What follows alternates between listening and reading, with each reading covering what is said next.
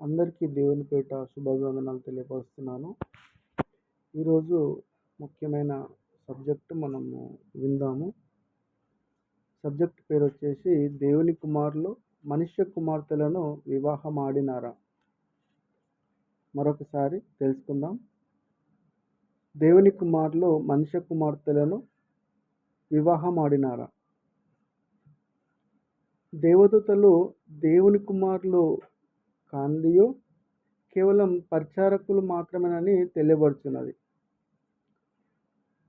అలాగనే దీనికి ముందు ప్రశ్నలో జగత్తు పునాది వేయబడిన తర్వాత ఆదాము సంతతి వారు మాత్రమే నాటి నుండి నేటి వరకు ఈ యొక్క సృష్టిలో ఉన్నవారని వ్రాయబడింది. ఆదాము నుండి నేటి వరకు మరణించిన వారిలో పరలోకం నుండి దిగి వచ్చిన యేసుక్రీస్తు తప్ప మరెవ్వరూ అక్కడికి పోలేదని రాబోయే ప్రశ్నలలో తెలుసుకొనగలరు. యోహాను సువార్త 3:13 అన్నమాట.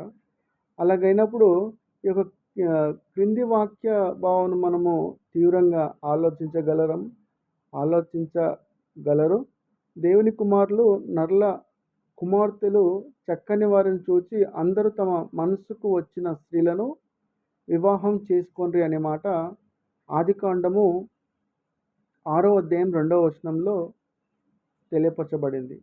అనేకులైన క్రీస్తు విరోధులు లోకంలోనికి వెళ్ళిరి.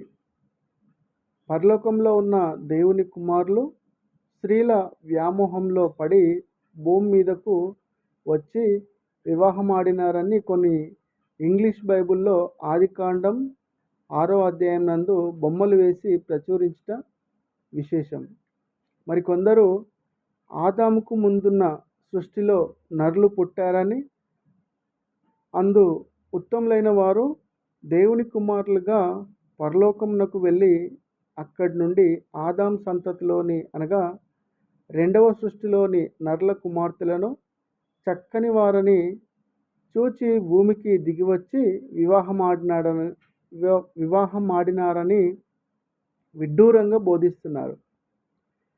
బైబిల్పై కనీస జ్ఞానం లేని అమాయక క్రైస్తవ జనాంగానికి బైబిల్ మర్మములను బోధిస్తూ తప్పుదారిన నడుస్తున్న బోధకులను దేవుడు కఠినంగా శిక్షించును. వాక్యంలో వ్రాయబడినది ఉన్నది ఉన్నట్టుగా ఆలోచింపలేని వాటిని చొప్పించి ఆలోచించలేని వాటిని చూపించి లేనిపోని అనుమానాలను కల్పించి జనమును మోసగిస్తున్నారు. బైబిల్కు బైబిలే సమాధానం చెప్పాలి కానీ మనుష్య జ్ఞానంతో కలిపి చెరిపేటి కల్పితాలను జోడించి రుజువు చేయకూడదు. మనము ఇంకొక క్రింది వాక్యంను పరిశీలిస్తే, యేసు ఈ లోకపు జనులు ఈ యుగపు కుమారులు పెళ్లి చేసుకుందురు, పెళ్లికి ఇయ్యబడుదురు కానీ పరమును మృతుల పునరుత్థానము పొందుటకు యోగ్యులని ఎంచబడిన వారు పునరుత్థానపు కుమారులు పెళ్లి చేసుకొనరు, పెళ్లికి ఇయ్యబడరు. ఈ యొక్క వాక్యము లూకాసు సువార్త 20వ అధ్యాయము 28 నుండి 36లో ఉంటుంది. అయితే యేసు లేఖనములను కానీ దేవుని శక్తిని కానీ ఎరగక మీరు పొరబడుచున్నారు. పునరుత్థానమందు ఎవరునూ పెళ్లి చేసుకొనరు, పెళ్లికి ఇయ్యబడరు. వారు పరలోకమందు మట్టి శరీరం లేని ఆత్మలుగా దూతల వలె ఉందురు అనే మాట మత్తయి సువార్త 22వ అధ్యాయము 24 నుండి 30లో మనకు పొందుపరచబడింది. పరలోకంలో ఉండబో ఆత్మలకు శరీరములు లేవు గనుక శరీర సంబంధమైన కోరికలు ఉండవు. మట్టి శరీరంలో ఉన్నవారికి అనగా స్త్రీ పురుషులు ఒకరినొకరు కోరుకొనుట అను ఏదెను వనము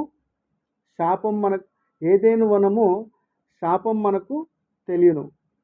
అందును బట్టి నేత్రాశ, శరీరాశ, జీవపు డంబము అన్నవి లోకమందున్న సాతాను వలన మానవుల నుండి పుట్టినవే కానీ లోకము విడిచిన తర్వాత ఆత్మలకు పుట్టినవి కావు. ఒకవేళ పరలోకంలో ఆత్మలకు కూడా ఈ దుస్థితి ఈ దుష్టస్థితి పడితే దాన్ని పరలోకమని పిలుచుట నేరమే అవుతుంది. ఇంతకీ ఆదికాండం 6వ అధ్యాయంలోని దేవుని కుమారులు ఎవరు, నరుల కుమార్తెలు ఎవరు అని మనం తెలుసుకున్నట్లయితే, దేవుడైన యెహోవా నేల మంటితో నరుణ్ణి నిర్మించెను, పిమ్మట అతనికి గాఢ నిద్ర కలగజేసి అతని ప్రక్కటెముకల్లో ఒక దాన్ని తీసి స్త్రీనిగా నిర్మించెను. అప్పుడు ఆదాము ఇది నరులో నుండి తీయబడినది గనక నారి అని పిలిచాను.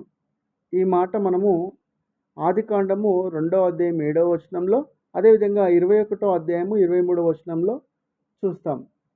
స్త్రీ అన్నది పురుషుని నుండి, పురుషుని వలన కలిగినదియు పురుషునికి పుట్టినదని కూడా అనవచ్చును. లూకా సువార్త 3వ అధ్యాయం 38లో ఆదాము దేవునికి కుమారుడు కాడా?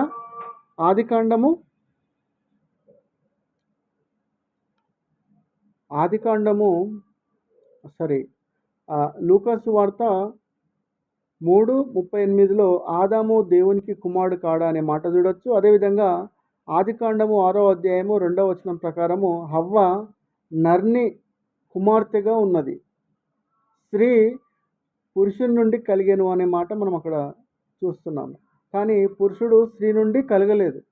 పురుషుడైతే దేవుని పోలికయు మహిమయునై ఉన్నాడు. తండ్రి తన జీవాన్నిచ్చి పురుషుని కనగా పురుషుడు తన శరీరం నుండి స్త్రీని కనియున్నాడు. ఇదే మాట 1 కొరింథీ 11:7 నుంచి 11వ అధ్యాయం 7వ వచనం నుండి 9వ వచనం వరకు మనకు పొందుపరచబడింది.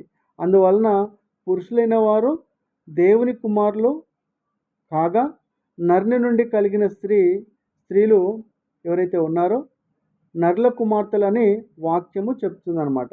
అయితే పురుషుల నుండి పురుషుల కొరకు నరుల కుమార్తెలు పుట్టి ఉన్నారని వాక్యమందు తేటతెల్లమవుతుంది. జీవమను కృపావరములలో భార్యలు పురుషులతో పాలివారై ఉన్నారని అనే మాట 1 పేతురు 3వ అధ్యాయం 7వ వచనంలో మనకు స్పష్టంగా తెలియపరచబడింది. అందువలన నరుల కుమార్తెలు దేవుని కుమారులైన నరులకు మహిమయ్యి ఉన్నారనే మాట కూడా 1 కొరింథీ 11వ అధ్యాయం 7వ వచనం 8వ వచనంలో తెలియపరచబడింది. దేవుని కుమారులు అనగానే పరలోకంలో ఉన్నారని, వారు కూడా కోరికలకు బానిసలై శరీరంలో లేనప్పటికీ ఆత్మలై భూమి మీదకి వచ్చి శరీరంతో ఉన్న స్త్రీలను వివాహం ఆడరని కొత్త అర్థం చెప్పటం విచిత్రంగా ఉంది కదా. హిందువుల్లోని వేద పండితులు అక్కడ దేవుళ్ళకి పెళ్లి చేస్తుంటే, క్రైస్తవుల్లోని దగాకోరు బోధకులు ఇక్కడ దివి భూమిలోని వారికి పెళ్ళిళ్ళు జరిపిస్తున్నారు. మీలో ఎవరి కుమార్తెకైనా పరలోకంలోని వరుడు కావాలని ఆశిస్తే వెంటనే ఈ పూజారులను సంప్రదించండి. అవసరమైతే వారిరువురికి నరకంలో కూడా పెళ్లి తంతు జరిపించే కళాకారులు. అందరికీ దేవుని పేరిట శుభావందనాలు. Thank you. God bless you all.